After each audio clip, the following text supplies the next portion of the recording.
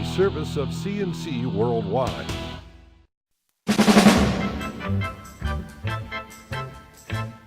The Daily is a service of CNC News and Jib Jab Greetings. I'm Bud Lowell. Full AccuWeather forecast right across the top of your CNC local news pages. A Greece police officer was trapped in her car after sliding off Island Cottage Road in bad weather early Friday morning, and police say that might have saved her life. North Greece firefighters who responded to the crash north of Arcadia High School found live wires had fallen on the patrol car. They called for Rochester Gas and Electric crews who had to shut off the power and verify that each line was isolated before they could rescue the trapped officer. Greece police say it took nearly an hour and a half despite the rapid response from RG&E. The patrol car was north on Island Cottage about 1 o'clock in the morning when it hit slippery conditions and slid off the road. The car hit a utility pole, then came to rest against a chain-link fence. The pole then fell alongside the driver's door so the officer couldn't get out from either side.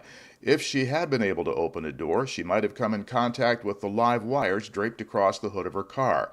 The officer, whose identity wasn't released, suffered a hand injury and was taken to the hospital. Power was out in the neighborhood for part of the night, but RG&E says all service has been restored. A Wayne County man is dead and a woman is in Strong Hospital after a crash Thursday night in Wayne County. Police in the village of Macedon say a northbound car strayed into the wrong lane on Route 31 and went head-on into a southbound car about 9:45 Thursday night. The northbound driver, identified as a middle-aged man, was killed in the crash. The other driver was seriously injured and taken to Strong Hospital. Police say neither weather nor alcohol appear to have been factors in this crash. Governor Andrew Cuomo's budget office says more than 1 million New York families should be able to claim the child tax credit included in this week's state budget agreement. The 2013-2014 budget includes a $350 per year credit to be paid out annually over the next 3 years. Families earning between $40,000 and $300,000 a year can expect those annual checks beginning in 2014. A chart released by the Budget Office says Monroe County and the city of Rochester have more than 31,000 eligible families who will share $10.9 million. Livingston County has more than 2,500 families, Ontario 4,600, Orleans 1,400, Wayne County 4,000, Genesee County and Batavia 2,400 eligible families. The New York State Rifle and Pistol Association has filed suit in federal court in Buffalo against New York's tougher gun control law. The group believes the NY SAFE Act violates the rights of citizens to keep and bear arms and contradicts the most recent Supreme Court decisions on firearms. The NYSRPA is an affiliate of the National Rifle Association. This suit is the second seeking to overturn the New York SAFE Act. Another group of opponents filed through the New York State courts 3 weeks ago. The latest suit tries to make a case that U.S. Supreme Court decisions in 2008 and 2010 affirm an individual right for Americans to keep and bear arms, and it says by restricting some types of automatic rifles and the higher capacity ammunition magazines, the New York law is out of step with those rulings. According to the association's president, those high court rulings say the state is not allowed to ban a single class of firearm. Police in the Wayne County village of Lyons say an alert neighbor helped them arrest 3 people after a 70-year-old woman was robbed at gunpoint. Lyons police say the 3 suspects are all from Rochester: 18-year-old Shaka Nesmith, 20-year-old Karen James, and a 14-year-old juvenile. They say the robbery was a home invasion on Van Marters Lane in the village. The 3 forced their way in and stole cash and jewelry. A neighbor spotted an unknown vehicle on the street and called police.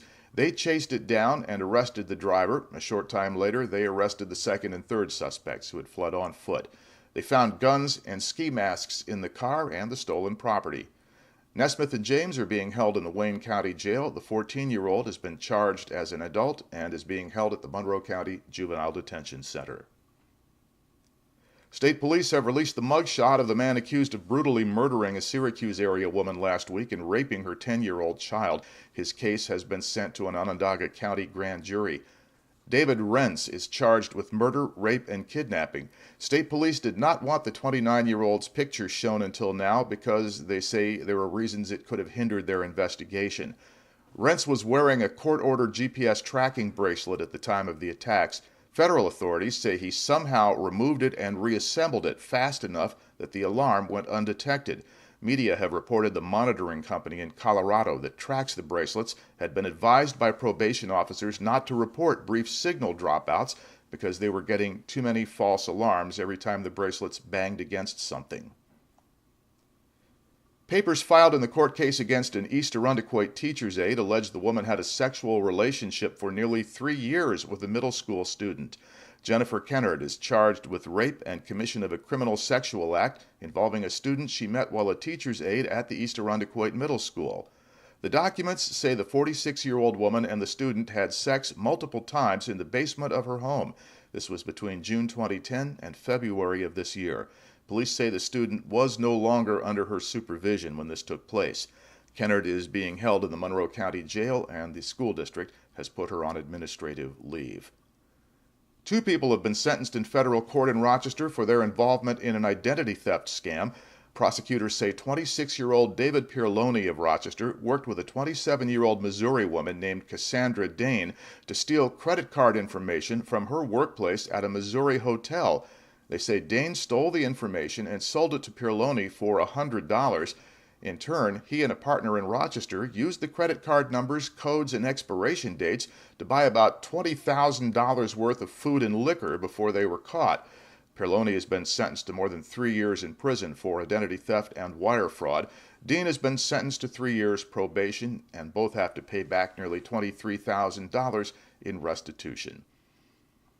Links to these and other stories are to the left of the player window, and at the bottom of the page you'll find links you can use to post news and information directly to us. Let us hear from you and share your insights. Next news is as it happens, updates when necessary, and I'm Bud Lowell, CNC News.